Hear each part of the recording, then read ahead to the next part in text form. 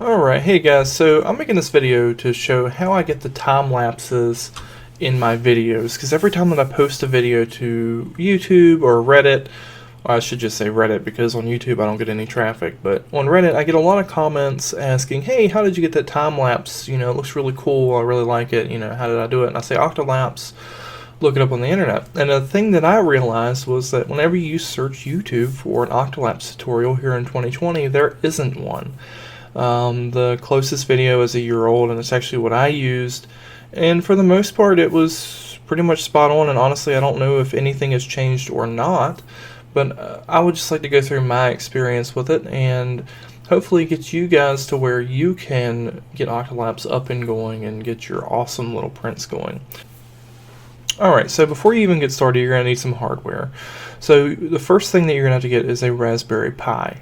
And the one that I have is a Raspberry Pi 3B, which actually is what you're seeing on the screen here. And this is the one that I got because it's actually, if you go to the Octopi website, the one that Octopi or Octoprint actually recommends. The Raspberry Pi 3B. I went with that because, you know, if it's what they recommend, it's what I want to go with. But it's not the only thing you have to get. It's actually compatible with all of these. So if you have one of these, you can use it. Even the 0W, it's not recommended because they're having some issues. But if you already have it, you can try it and see what works for you. So you're going to need that. The next thing that you're going to need is a micro SD card. Sometimes your Raspberry Pi will come with one, but if not, get one. I recommend anywhere between 8 and 64 gigabytes. 8 gigabytes is a little small, but that's what I started out with. And I mean, I did some really long time lapses of a day or two, and it didn't even come close to filling it up. The one that I'm formatting today is a 16 gigabyte card just because I want a little bit more extra storage, but you can definitely get by with 8 gigabytes. Don't just go out and buy, you know, like a 256 gigabyte SD card because Raspberry Pis can't handle that. At least most of them. I know that mine can only go up to 64 gigabytes, so make sure you check the specs on your Raspberry Pi before you just go out and buy the biggest SD card you can get. So the next thing that you're going to want to get is a power supply for your Raspberry Pi, and this is where a lot of people make a mistake. Because they'll go out and they'll use a cell phone adapter they have lying around. And sometimes this isn't an issue, but to be on the safe side, get something that Raspberry actually recommends, because what can happen is if you get that crappy cell phone adapter and you plug it in, it might work, and it might work well. But if you have a bad one, it's going to do something called a brownout on your board. And what that is where you're not getting enough voltage to your board and it can't communicate with your 3D printer properly. And whenever you come back, your print will just be stopped mid-print. You'll be like, what the heck happened? But the Pi will look fine. It'll still be on. It'll be working just fine. And you know, you won't really know what's going on. And what that is that power supply a lot of times just didn't get enough wattage to your board, or enough current or power to your board, and it stops the print because it can't communicate. So just do yourself a favor, buy yourself a nice power supply. It's like $10. It's really a lifesaver and good peace of mind.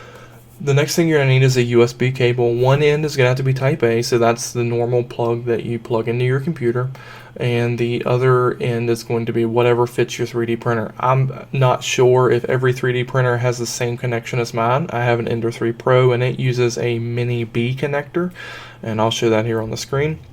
And but you just want one that will connect to your printer and then back to the Raspberry Pi. And again, one end needs to be the one that fits your printer, and then the other end needs to be a type A, which is just a normal USB plug like you would find on a computer. Again, don't skimp on the quality. You know, don't use some old cable you've had for 30 years, because this is a real life problem that I had. I had an old cable that I had laying in the house I've had it since I was probably 15 or 16 years old. So, you know, more than a 10 or 12-year-old cable, I think. I'm not sure. I might be wrong on that, but it's super old.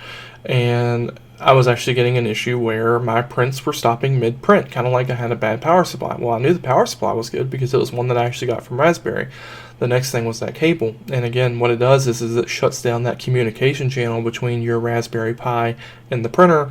Your printer freaks out, the communication port times out, so it just stops, and then you have to restart, and a print that you could have had going for 6, 7, 8, 10 a day, you know, however long that you've had it, is ruined, and you got to start over.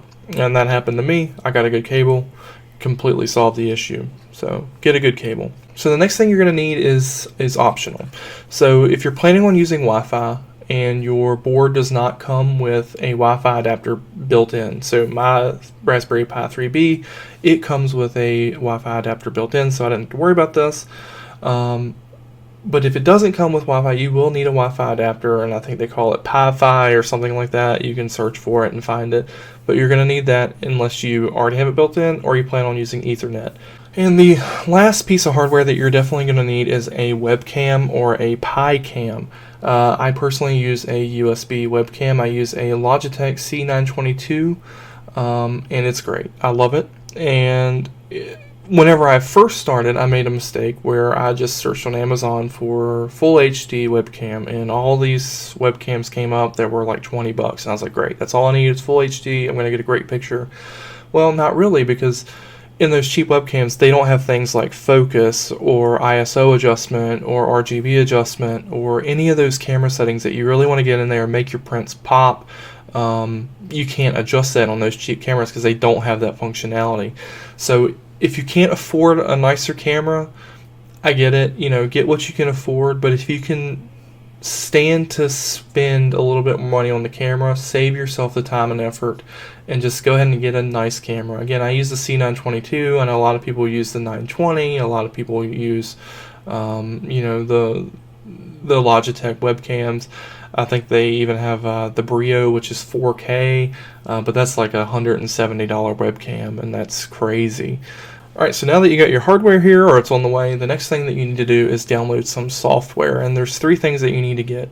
The first thing is Octopi itself, the actual OS that's going to go onto your Raspberry Pi. So the download is very simple. You just go to octoprint.org/download, and you download Octopi 0.17.0, the latest version. Hit download, the download will start. I'm not going to do it because I've already downloaded it. It'll start, it'll download, it'll be in your downloads folder or wherever you specify for it to go. The next thing that you're going to need to get is Etcher, and Etcher is what's going to allow you to flash the image of that of Octopi onto your SD card so that your Raspberry Pi can read it. And whenever I say flash, all I mean is the program that you're wanting to use on your Raspberry Pi is going to be put onto your SD card in a way that the Raspberry Pi can read it. So the best way to get Etcher is just to click the link that is on the page here for Octopi, because if you Google it, you're going to get a bunch of mirrors, and you'll end up having to download an installer that comes with a bunch of bloatware and everything else, and that's just aggravating. So Etcher, you're going to get this page right here. Just hit download for Windows, Mac, whatever you're using, and again, install it to where you have it. The last thing you're going to want is Notepad++. And the reason you want Notepad++ is because if you use regular Notepad, whenever you edit the files that we're going to have to edit, you will corrupt the files, and your Raspberry Pi won't read them, and it'll be all for nothing, and you'll have to start over. So just type in Notepad++, hit downloads, and just download the latest version. Again, I already have it, so I'm not going to do it, but just download it and install it like you would any other program. Alright, so now that you have Etcher installed, you have Octopi ready to go, and you have Notepad++ on the ready, let's go ahead and flash our image. So what you're going to do is take your SD card and put it into your adapter, or however you're going to interface it with your computer. If you just have a hub or whatever, get your SD card and put it into your computer so it's ready to go. And you're going to open up Etcher. And once Etcher is open, you're going to select your image, and you just select that download you have, so Octopi. You don't have to unzip it or anything like that. You can just go ahead and hit open. The storage device, if you don't see it pop up, just hit the change button, or select, it might say select, and select the mass storage device. Make sure that the one that you're using is the right path. So I know that this is my SD card, and that's what I want to flash, so I'm going to go ahead and continue. And then you just hit the flash button. And this takes about 2 to 3 minutes, something like that. and if that pops up, don't worry about it, just close it. It's just Windows freaking out because I already have an image actually on here. But just ignore that, hit start, and it'll flash, and it tells you, again, it takes about 2 to 3 minutes for it to flash, and then after this it'll do something called validating, where it's just making sure all the files are there and validated and ready to go, and that'll take another 2 or 3 minutes. So I'm gonna fast forward through this, and through the magic of editing we will be right back. Alright, so whenever this finishes, what's going to happen is Windows is going to freak out because this is a Linux image in a Windows PC, and they do not like that. So it's going to come up and ask you, do you want to format it? No, we do not. Never format it, because if you do, then you're going to end up having to restart the whole process.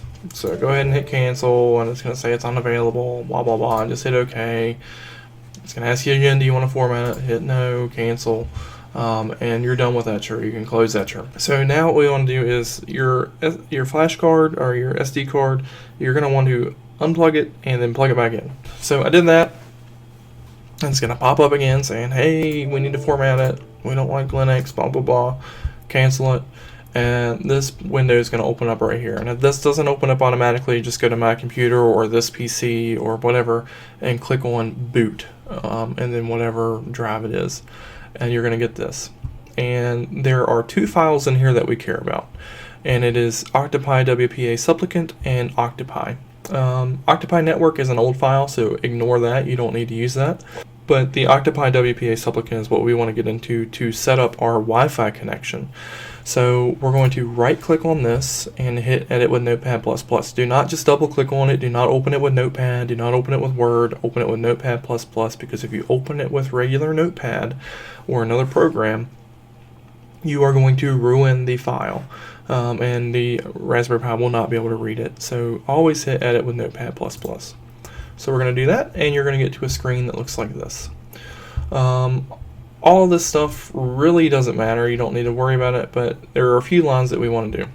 So if you're using a WPA or WPA2 secure network, so pretty much any modern router that you have a password on, this is the lines that you're going to want to change, or the SSID and the password. So these little hashtags are called comments, and what it does is it tells the Raspberry Pi to ignore those lines. So it's a comment, so you can put a comment in of, give directions, kind of like what this is saying. You're going to want to uncomment these lines right here. So we're going to go ahead and uncomment and just delete the hashtags. Whenever I say uncomment, that just means delete hashtags. And for your SSID, you're going to put your SSID in. So your SSID, easy way to find it, is just go to your Wi-Fi connections, and it'll show what your Wi-Fi connection is. I'm actually going to hook it onto my 2.4 gigahertz network because that's where, it's kind of far away from my router, and I don't want to use this 5 gigahertz connection. So I'm going to use my other one, which is just called my Wi-Fi. So we'll go in here, leave the quotation marks, and we'll do my Wi-Fi. Password, same thing, put in your password that you use to log into your router. So I'm not going to do that here because I don't want to put my Wi-Fi password out to the internet, because if somebody were to get into my network, I don't want them to know that. So I'm going to leave that the same, but I'll go ahead and change it to something like password 1. So, we'll say that that's my password. So we've changed it, and that's what it'll look like. If you have an open network, don't suggest it, but if you do, just put in your SSID and uncomment these lines instead. If you have WP, that's going to be for older routers, modems, or whatever, or you've set it to that. Suggest that you don't, because they're terrible for security. And yeah, they actually have a comment here that says, hey, it's bad, don't use it. But it'll be the same. Put your password in, all that stuff. And then the last thing is your country. So it's set to United Kingdom. If you live in the United Kingdom, then don't worry about it, but I live in the United States.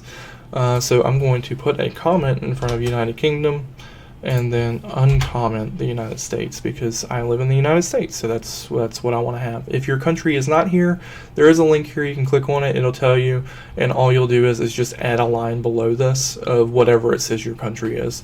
And the reason that it matters is because of your Wi-Fi. It needs to know what country you're in, because different countries apparently have different Wi-Fi settings that it needs to check. So just an easy way for you to do it. Just go to the Wikipedia page if you're not here. If your country's here, great. Uncomment it and move on.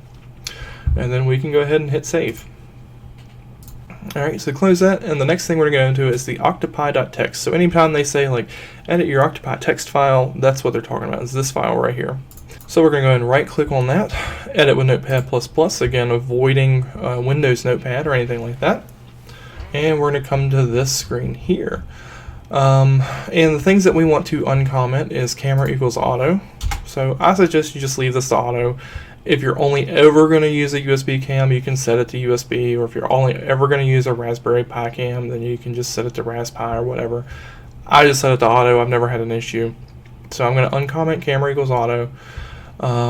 And then we're going to go down to right here where it says camera USB options. And this really matters because it doesn't matter if you have a 4K webcam hooked up to your Raspberry Pi. If you do not change this, you're always going to get a 640 by 480 resolution, and it's going to look like it's straight out of 2006. So we're going to uncomment this line, and we're going to change our resolution to full HD because that's what my camera is, and it's going to be 1920 by 1080 because that's full HD resolution. And then the F is your frame rate. I set it to 15 because that's what my Raspberry Pi can handle.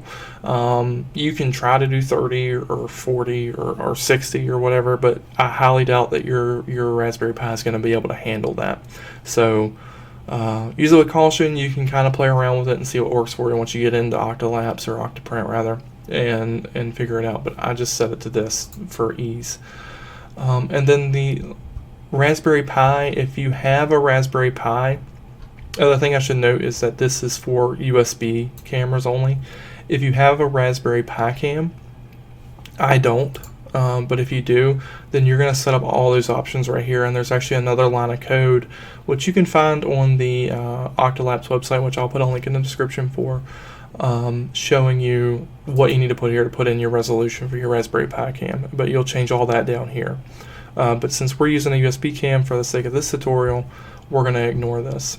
And then the last thing that you want to do is down here is these two bottom lines. These are very important because this is how you're going to actually be able to see your camera and change specific settings like focus, ISO, white balance, things like that. And we're going to want to uncomment these last two lines. So again, just taking away those hashtags. And then in these quotation marks, the only thing that you want in these quotation marks is www. And then these quotation marks you want to leave blank, and they just stay right like that. So we are done with this file, and we will go ahead and hit save, and then we can close this, and that is all we have to do for now, really ever, if you're not planning on doing anything else. But for this, you know, we don't have to mess with this anymore. So we can go ahead and close this, and the next thing that we're going to do is plug in our SD card and start up our Raspberry Pi.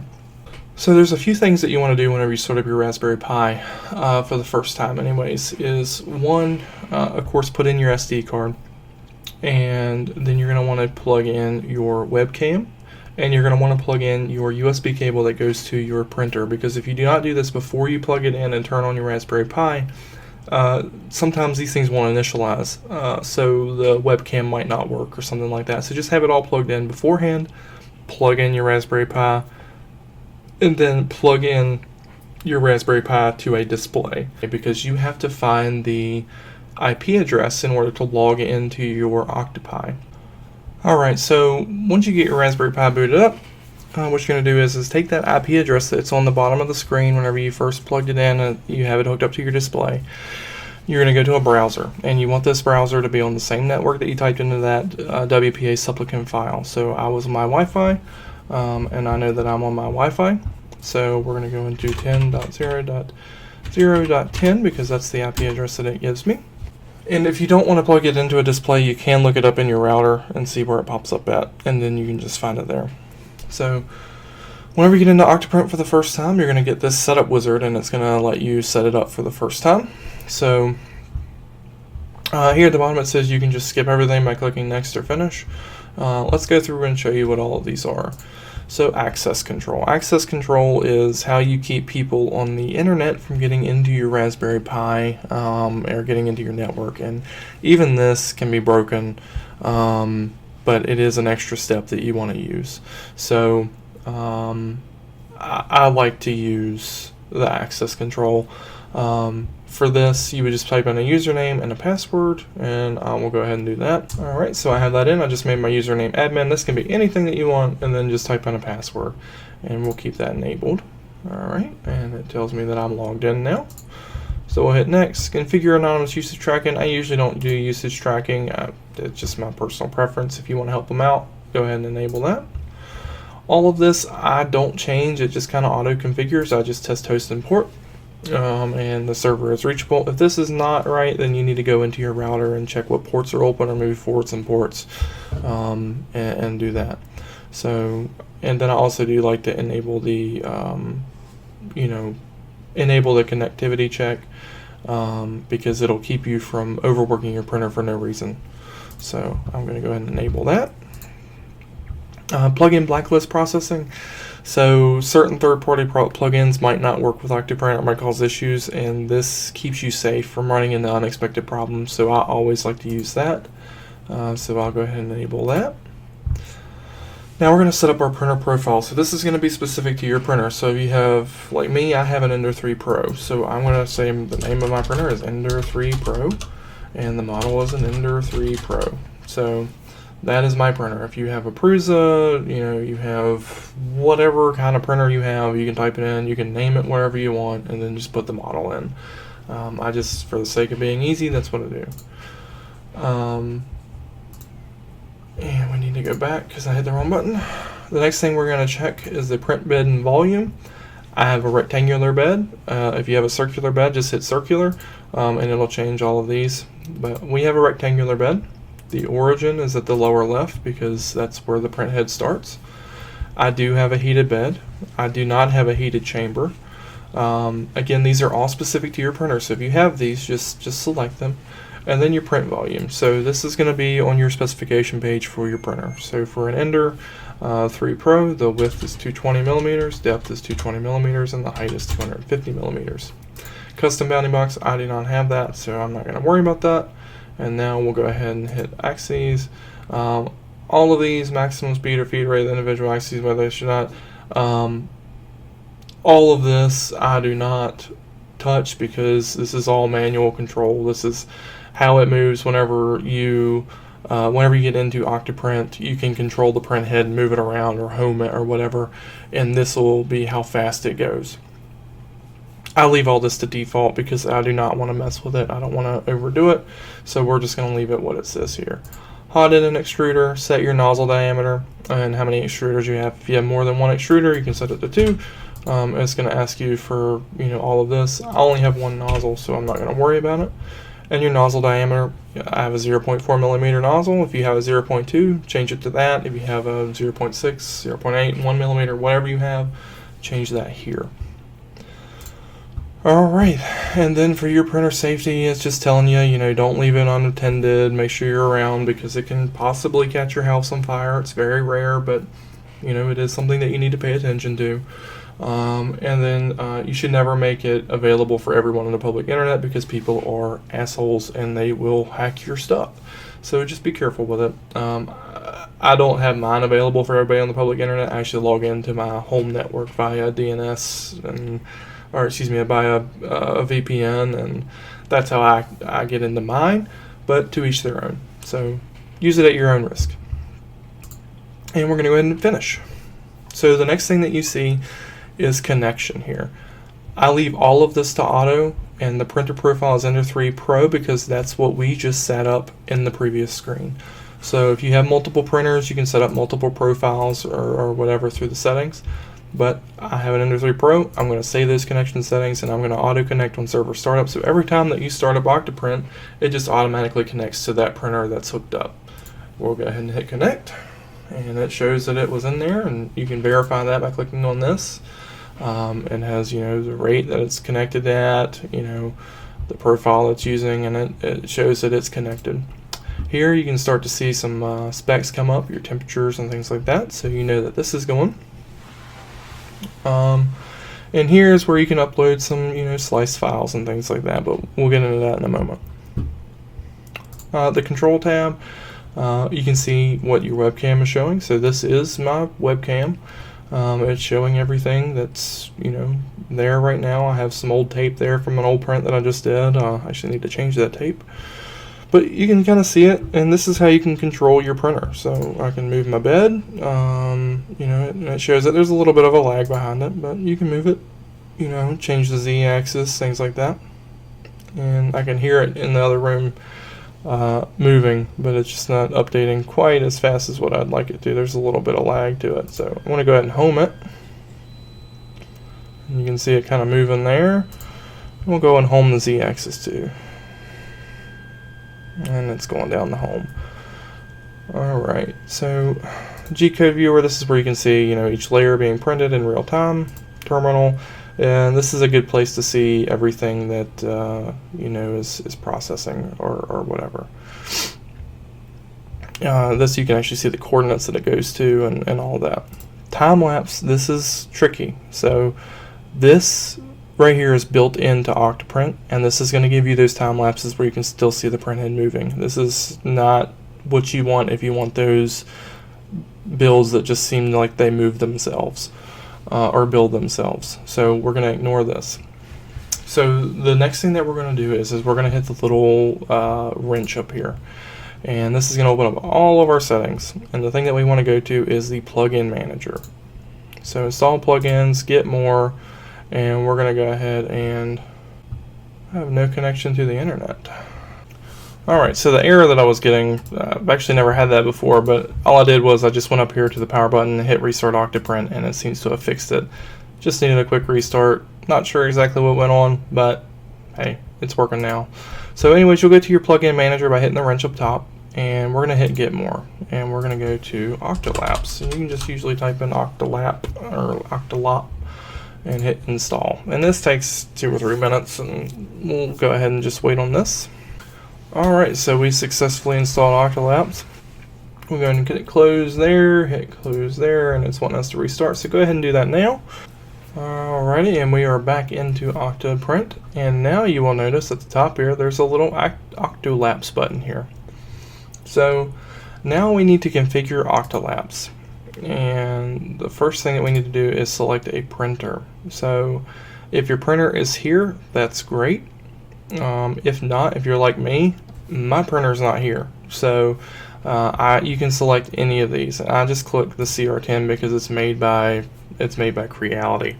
But it really doesn't matter. You can select any of them. So select that. If your printer's not here, this is how you configure it. So you're going to do this, or if your printer is here, you still need to verify that these settings are correct.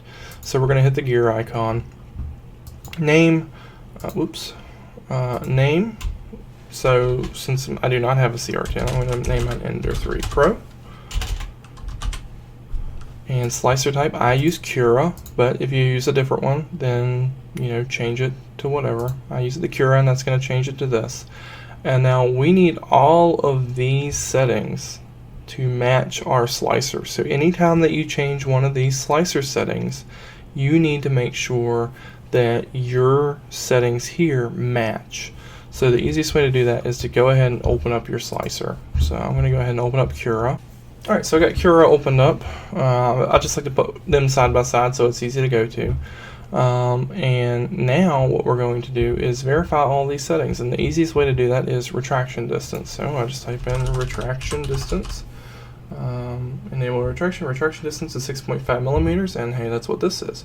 Retraction retract speed is 85 millimeters a second here, but here is 25 millimeters a second. So we want that to be what our slicer setting says.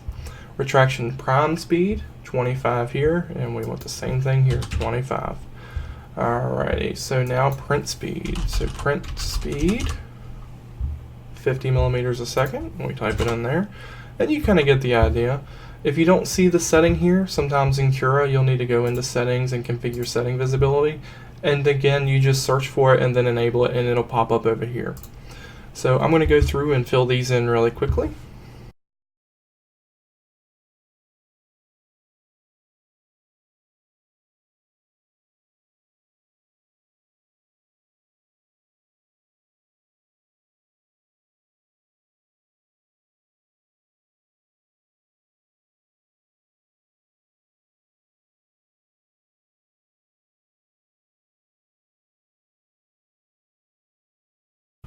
So for maximum Z speed, there's not actually a setting here, and I actually forgot about this, so I'm actually going to hit the Get Help button, and this is a good way if you ever have an issue with not knowing what to type in. And you can click the Get Help button, and it's going to pop it up here, maximum Z speed, and it tells you as soon as you click on it where it is. Cura seems to use the travel speed when moving between layers, so I'm just going to set it to the same thing. So I'm going to set it to travel speed.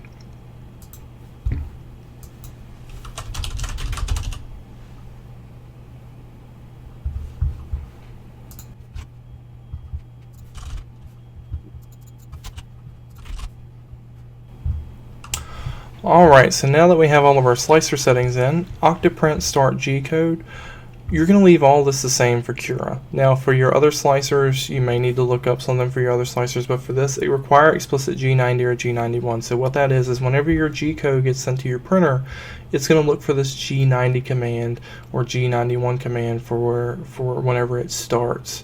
So uses Octoprint settings, default units, millimeters, and you actually need to change something in Cura. Settings, printer, manage printers, and Creality Ender 3. This is the profile that I have in Cura. And we're going to go ahead and click on machine settings. And right here in the start G code, you're going to want to put a G90 right here before the G28. If you do not have that, then it's not going to start and you're going to get errors at the beginning. And then you can hit close and you're good to go. Rest of this, leave it the same. I haven't changed anything for here, so we'll just leave the priming height the same. So we'll go ahead and stay there. Automatic position detection, I'll leave all that the same. Print volume, abort snapshot when out of bounds. So again, don't have to worry about any of this. Miscellaneous settings, snapshot command. This is all G-code stuff. All this stuff you're going to want to leave. Just don't worry about it. So use all of this the same, and don't mess with it. So we're going to go ahead and hit save, and your printer in Octolapse is set up now at this point. So I'm going to go ahead and maximize this now. So stabilization, fixed extruder at center. So this is going to be what picture your camera takes. So underneath settings, if you do the fixed extruder at center, and there's actually different settings here, you don't need to mess with the cog or anything like that. This is where your printer head is going to be. So if you do front center, it's going to be right in front of your print every time. If you do back left, then it'll be in the back left. That's usually the best one to do because it's out of the way and you don't have to worry about it getting in the way. Sometimes I do back center. Back center, I've noticed it is a little bit distracting, so I'm not going to be using that anymore. I'm going to be using the back left because it just gets that printer head out of the way every time that it takes a snapshot. Snapshot, I do it on the layer change compatibility. I've never changed it. It's always just been layer change compatibility. You can change it to do it every 2 minutes or every 5 minutes, every change in height. So if you have your layer height set to 0.2, then it'll take it every time that it goes up. I just do layer changes. It does it in the G code. So every time that the G code says that there's a layer change, it moves and takes a snapshot. Rendering, so this is going to be how you do it. So you can change this to whatever you want. You can do 30 frames a second. This is how smooth your time lapse is going to be. The higher frame rate that you have, the faster your time lapse is going to be. So if you want a nice long, if you want a nice long time lapse, 15 frames a second is going to give you a nice long time lapse. Or you can set it to a fixed length. If you want it to be a minute, you can set it to a minute. It's really whatever you want to do, and all of these are editable. So I always do the 15 frames per second because I just like what that does for me. I don't have to worry about it changing frame rate, speeding up, slowing down, speeding up, slowing down. It just does 15 frames a second, and I don't have to worry about it. Now, as for this part, this is where you can change everything. Something that I like to do now, and something that I actually didn't even realize was here, is the pre-roll and post-roll. So I was doing my time lapses and they would immediately cut off as soon as the last layer was printed, and it isn't very satisfying because you don't get to see the end result very long, and you're cutting to another frame. So the pre-roll, I usually do like 1 second, so you can kind of see that blank bed for just a second, and then it starts building itself. And then post-roll, I like to do for about 3 seconds now, and that's going to give you that nice little 3-second shot of the of the print after it's finished. Bitrate, again, change this to whatever you want. I usually do 10,000, just because I have the space for it. Higher bitrate's better quality, but a bigger file. So that's kind of whichever you want to do at your own risk, however much space you have. I'm going to do the 10K. It seems to give me a pretty nice, pretty nice image quality. Watermark, embed watermark, you can do that. You upload yourself a watermark. So I don't do watermarks. I feel like it's distracting, but you can do that, to each their own. You just upload it and then you can put it in there. Overlay, again, textual information. It's whatever you want to do. Just play with this, whatever you want to play with it. I personally just do everything in post, but if you don't want to do that, then you can do it here. And advanced rendering options, I've actually never really messed with this, but it's your file name template, whatever time your file is going to be called. I just do this because it's easy, because it tells me the G-code file name, so whatever I upload into Octopi, that's what it's called, so I can easily find it and I don't worry about it. Rendering thread count, I'll leave it at 1, because honestly, it's not something that I need to render within 10 seconds. It takes a little bit to render, but it's nothing that's earth-shattering. I just leave it there because I do not want to mess with anything and possibly impact negatively on my performance of my Raspberry Pi. So we're done here. We're going to go ahead and hit save. Go back over here. Cameras. So this is where we get into the real bread and butter here. So cameras. Default webcam. So this is the default webcam that you're using. If you're only using one webcam, I just leave it as default webcam, but you can name it whatever you want to do. Camera type, it's a webcam. So if you have something else, like say you wanted to use a DSLR camera, you can set it up on a script, or a G-code camera, so something that's built into your printer. You can use that. I do use a webcam. So this is for webcams. Base address is this right here. The full address to the camera, again, don't really need to worry about that too much. So the 8080 is what you really need to worry about, because that's your port. And I'll show you why that's important here in just a second. And then down here is your general options. So custom image preferences. So if I click on this, it's going to give me all these camera settings. And you remember that file that we edited earlier, where those last 2 lines where we deleted that stuff out of the quotation marks? If you get an error right here, you need to go back and you need to make sure that you've done that correctly, because if it gives you an error, that's what's happened. You're not able to get into these settings. So now what we're going to do is actually access our camera feed to where we can see everything. So what we're going to do is we're going to go into a new tab and type the address of your Raspberry Pi and then that port number that you have, and that's going to give you to a screen like this. And this is where you can kind of see everything that's going on, and you can change all of your settings that you have right there, right here, if you want to. I don't do that. I do it through Octolapse, because you want those settings to save, and they're not going to save here. So you can go to the stream and you can see what you got going on there. I like to do this and open it in a new tab, and now I have whoops, wrong one. Click on this and open image in a new tab, and now you just have a constant stream coming into your computer. So we're going to move this over here, and then we are going to move this back here, and that did not do what I wanted it to do. There we go. Alright, now we are here, and now we can see all of these settings. So audio white balance, temperature, backlight compensation. So I have a pretty bright light on there, and we can click on this and we can just see what happens. Right, and you can automatically see all that stuff adjust, and you get a success. Exposure, that's a little high for me. I don't like it to be so incredibly, I'm going to zoom that out just a little bit. Well, apparently I can't though. But you get the gist here, so I can see that. But here we go, and exposure, you know, again, set your exposure to whatever you want. Let's try 200 and see how that looks. Apply. You can see it gets a little dimmer. Autofocus is still enabled, so that's a little annoying. I do not like autofocus. I suggest that you manually set up this. So we're going to go ahead and save this for now, and we're going to go into our control. Set this to 100, so this is how many millimeters it moves, and we're going to move this out.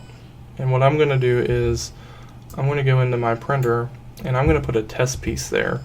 And the best way to do this is get something that you know is going to be the same color of what you're already printing or something close to it, and set it onto your printer, and then you'll get a good idea. You'll get a good idea of what it's going to look like. So let me do that really quick. All right, so this is just a print that I did, and it kind of messed up and everything, and I haven't really messed with it, but now you can see why you want to put that piece on there, because you looked at this and you'd say, okay, well that looked decent. But this is completely washed out, and you can't tell what the heck is going on here. So we're going to go back into our camera settings until we get something that looks kind of nice. So we'll go down, and we're going to mess with our exposure a little bit more. And right here's my problem, is the gain. There's a ton of gain on this, and I'm actually going to set that to 0 and apply. Now you can see a little bit more detail. All right, still a little blurry there, so we want to mess with our focus now. Now, the slower this number is, the more that it's going to be, the closer your item is to your lens. So I have this pretty close. And just doing that, I mean, look at that, how much better that looks compared to what we had a second ago. And you can fine tune this, you know, get this super, you know, super tuned in to whatever looks right, you know. You're going to be getting minute changes here.